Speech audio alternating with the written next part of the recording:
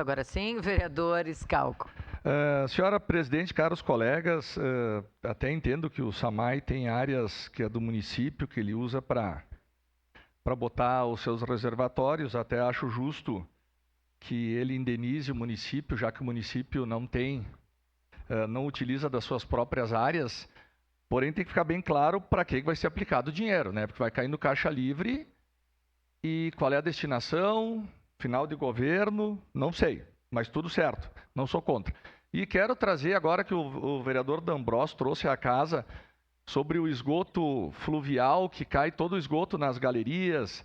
Eu trouxe esse caso há 3 anos atrás aqui para essa casa e mostrei que a Secretaria de Obras faz todas as obras para o SAMAI, onde o esgoto é misturado com o esgoto fluvial e não paga a Prefeitura de Caxias do Sul. São cano, patrola, hora funcionário, mão de obra, e a minha briga era essa. Porque é fácil o SAMAI receber a receita e a despesa ficar com a Secretaria de Obras, que tem muita obra para fazer na cidade. Então, esse repasse que às vezes fazem, agora nós vamos fazer uma rede de drenagem em tal lugar como compensação.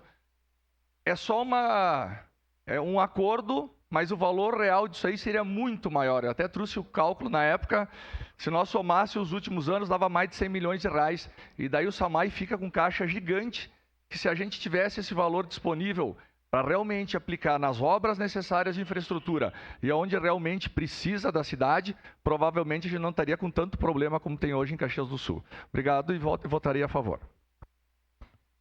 Solicito às vereadoras e vereadores que